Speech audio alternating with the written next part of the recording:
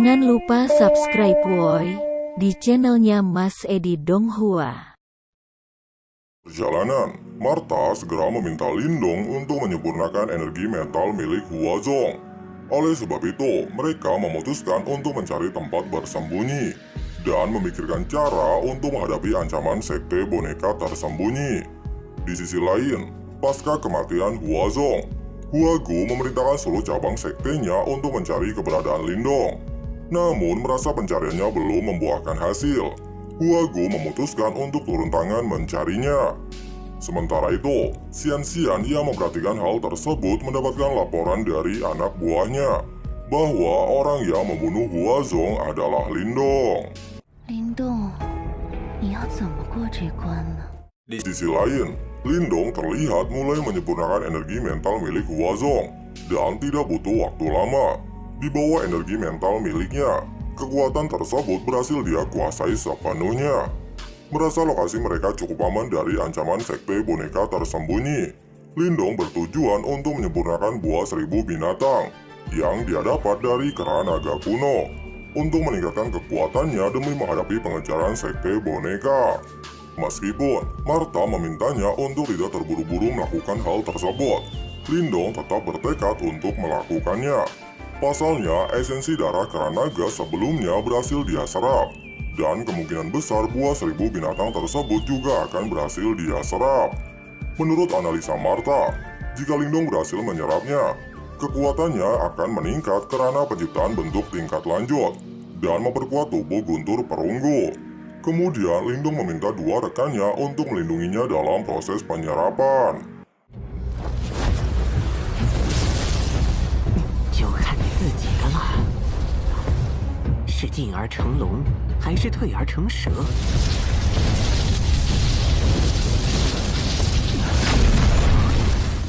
Di sisi lain, Huagu akhirnya menemukan lokasi pertarungan putranya dengan Lindong dan segera menggunakan kekuatannya untuk menemukan jejak keberadaan buruannya.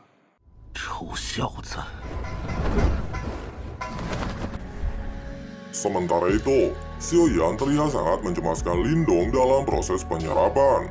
Kemudian Martha meyakinkannya bahwa mereka harus percaya dengan kemampuan Lindong.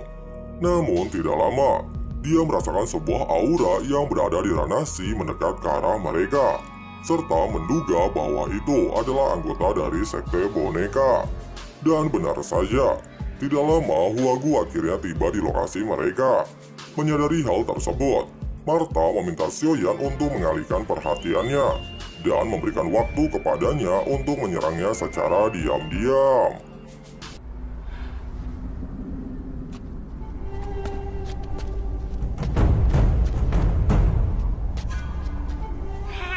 Yosu.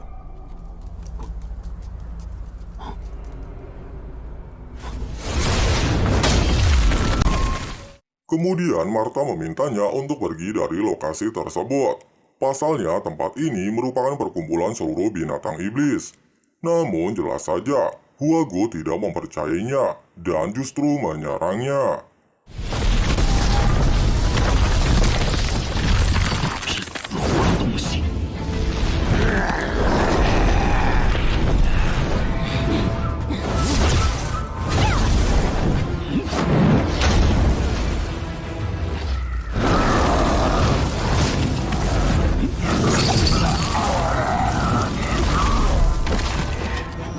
天魔轮，真是纠缠不休。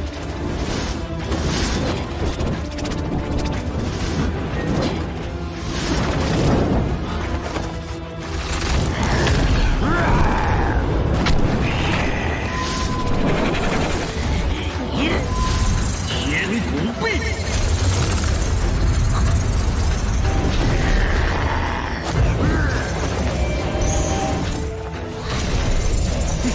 Huagu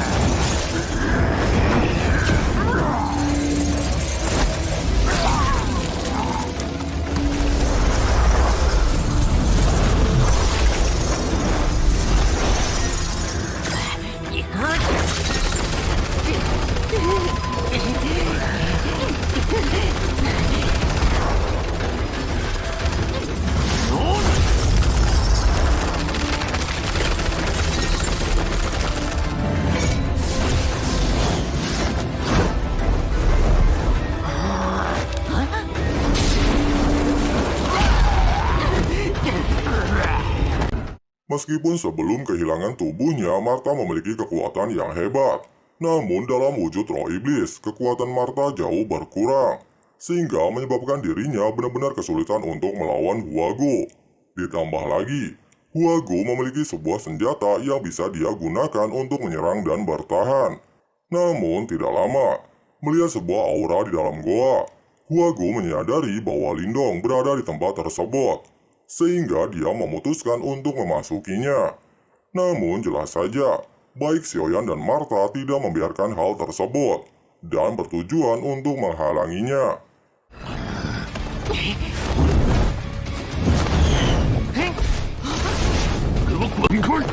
Untungnya, ketika akan terbunuh oleh Huago, Lindong telah berhasil menyelesaikan kultivasinya dan menyerang Huago dengan tombak naga surgawi.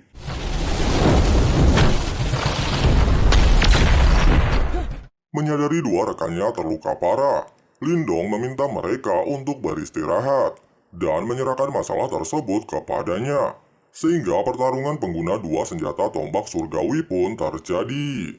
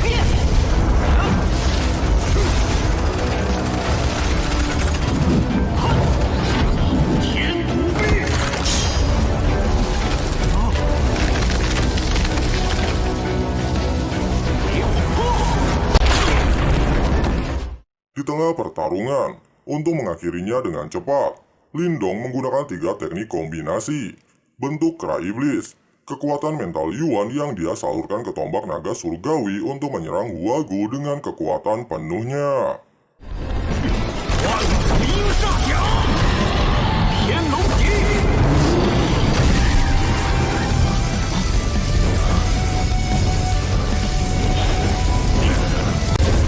Meskipun Lindong berhasil dijatuhkan dalam adu serangan, namun hal tersebut secara tidak langsung juga menyerang tubuh Huago. Merasa Lindong masih memiliki kekuatan untuk bertarung, Huago tidak bertindak gegabah dan memutuskan untuk melarikan diri. Tidak lama, ketika Lindong hampir tidak sadarkan diri pasca pertarungan, seorang gadis yang terlihat seperti Xingsu menghampirinya. Beberapa saat kemudian, Lindong tersadar di sebuah kamar yang tidak dia kenali. Namun tidak lama Mu Xianxian menghampirinya. Jadi orang yang dilihat Lindong sebelum pingsan adalah Xianxian bukan Xingsu. Mungkin karena dia sangat merindukan Xingsu, jadi terbayang-bayang. Kemudian, Lindong mengucapkan terima kasih kepada Xianxian karena telah menyelamatkannya.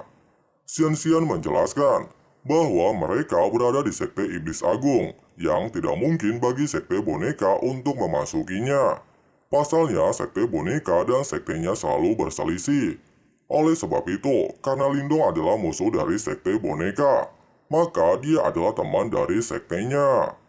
Karena kekagumannya terhadap Lindong yang berhasil membunuh Huazong dan mengalahkan Huago, Xianxian menawarkan kepadanya untuk bergabung dengan Sektenya, dengan imbalan akan melindungi Lindong dari seluruh anggota Sekte Boneka.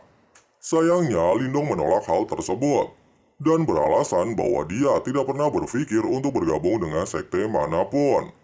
Jelas saja, hal tersebut membuat Xianxian patah hati, yang pasalnya ini adalah pertama kalinya dia ditolak oleh seorang pria. Tapi dia akan selalu menunggu jika Lindong berubah pikiran di masa depan. Kemudian Lindong menjelaskan bahwa dia akan pergi ke monumen kuno Dahuang setelah dibuka. Kemudian, Xianxian menyarankan agar Lindong tidak pergi ke tempat tersebut. Pasalnya, 4 sekte besar dan sekte boneka tersembunyi sudah dipastikan juga akan pergi ke tempat tersebut, yang kemungkinan Lindong tidak memiliki kesempatan mendapatkan harta roh. bahkan bisa membahayakan keselamatannya. Namun mengetahui bahwa Xingsu dan Wang Yan akan ada di lokasi tersebut, Lindong memutuskan untuk pergi ke monumen kuno Dahuang. 这大荒古碑，我必须要去。 Jangan lupa subscribe woi di channelnya Mas Edi Donghua. Beberapa hari kemudian, setelah melakukan perjalanan panjang dari kota Dagui, Lindong akhirnya tiba di monumen kuno Dahuang tepat waktu sebelum tempat tersebut dibuka. Yang terlihat beberapa kultivator telah memadati lokasi tersebut. Tidak lama, Xian juga terlihat menghadiri acara tersebut, yang seketika membuat para kultivator level rendah terhipnotis oleh kecantikannya. Bahkan Guyan dari Sekte Pedang Kuno juga terlihat datang ke tempat tersebut. Namun tidak lama, Teng Li, salah satu anggota dari Sekte Boneka Tersembunyi, tiba di lokasi tersebut dan segera menghampiri Xian. Bahkan kekuatan pesona milik Xian tidak bisa mempengaruhinya. Kemudian Teng Li menanyakan mengenai Lindong kepada Xian, seorang bocah yang memprovokasi sektenya di kota Dagui, yang dikabarkan memiliki hubungan dengannya. Demi melindungi Lindong, Xian mengatakan bahwa dia tidak terlalu mengenalnya, dan kemungkinan telah meninggalkan wilayah Dahuang beberapa waktu yang lalu. Namun secara tidak sengaja, merasakan seseorang memiliki energi mental, Teng Li dengan cepat menyerangnya.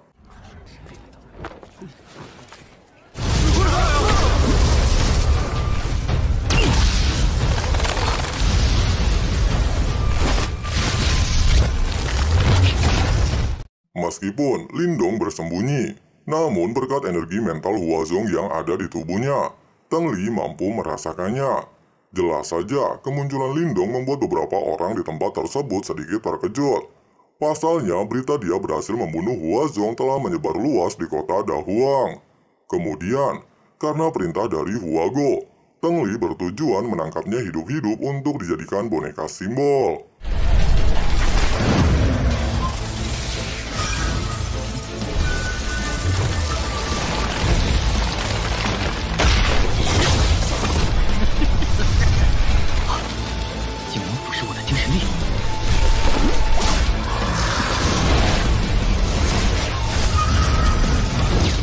Dengan kekuatan esensi Yuan, Lindong berhasil menekan Teng Li hingga membuatnya menggunakan boneka simbol untuk memblokirnya. Ketika keadaan semakin memanas dan akan terjadi baku hantam lebih lanjut, secara mengejutkan salah satu orang dari 4 sekte teratas tiba di lokasi tersebut. Seketika membuat beberapa orang kagum dengan kedatangannya. Ternyata orang itu adalah Ling Langtian, yang juga merupakan musuh abadi untuk Lindong. Dikatakan, kekuatannya saat ini jauh lebih kuat dari sebelumnya.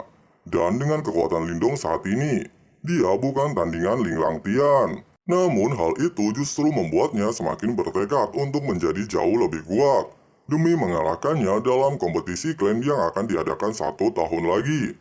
Tidak lama, Xin dari Sekte Xin juga tiba di lokasi tersebut, disusul oleh Lin Keer dari Sekte Lin. Kemudian Huang Fujing dari Sekte Huangfu mewakili Xingsu yang tidak hadir di tempat tersebut. Dan yang terakhir, Wang Tong dan Wang Yan dari Sekte Wang. Menyadari Lindong juga berada di lokasi tersebut, seketika membuat mereka terkejut. Namun melihat penampilan Lindong yang mampu memikat kakaknya, sedikit membuat Huang Fujing meremehkannya. Terlebih lagi Wang Yan yang memiliki dendam pribadi kepadanya. Kemudian dia meminta izin kepada Ling Langtian untuk menyelesaikan masalah pribadinya terhadap Lindong yang merupakan anggota dari sektenya. Jelas saja ucapan tersebut membuat Xian terkejut, mengetahui Lindong adalah anggota klan cabang dari Sekte Lin. Sementara itu, setelah mendapatkan izin dari Wang Tong dan Ling Langtian, Wang Yan segera turun untuk menghadapi Lindong. 在动手前，容我多问一句，可没那么幸运了。 臭小子，今日是在劫难逃了。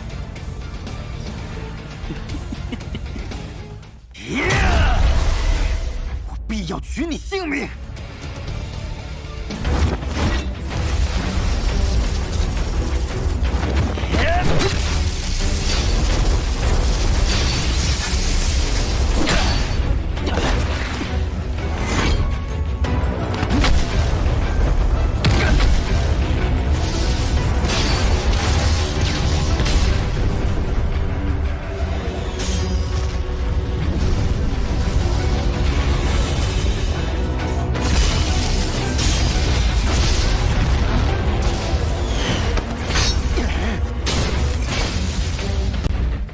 Menyadari semua serangannya sia-sia, Wang Yan segera menggunakan teknik andalan sektenya untuk menyerang Lindong.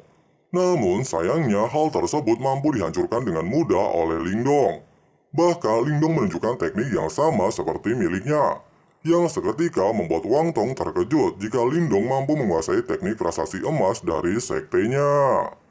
魔灭金枪，镇魔掌，我破。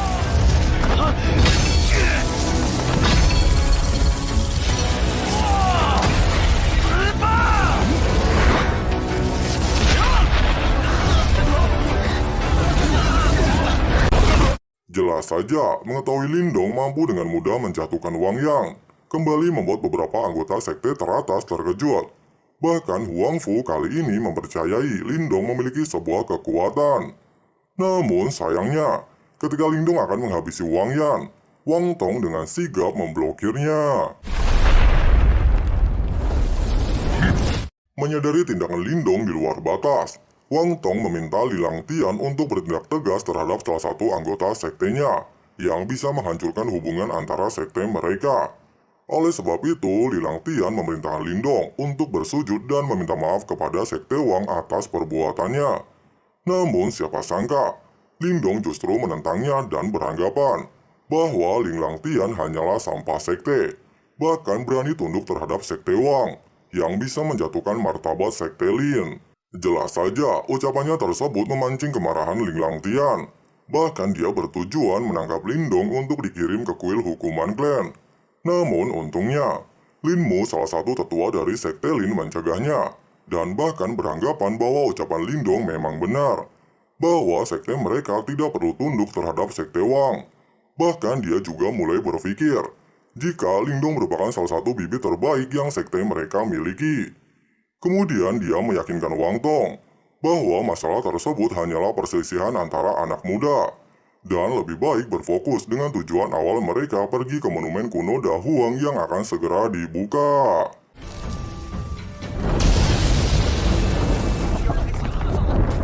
Kita出发。是。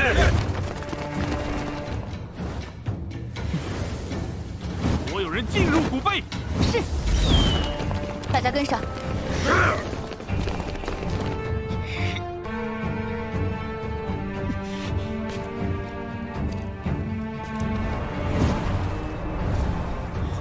出发。是。走。 Melihat seluruh kultivator telah memasuki gerbang monumen, Lindong segera meminta Xiaoyan untuk berubah bentuk dan membawanya menuju gerbang tersebut. Nah, itulah alur cerita Wudong Qiankun Season 3 episode 9. Oke, terima kasih yang sudah nonton sampai habis dan jangan lupa subscribe ya.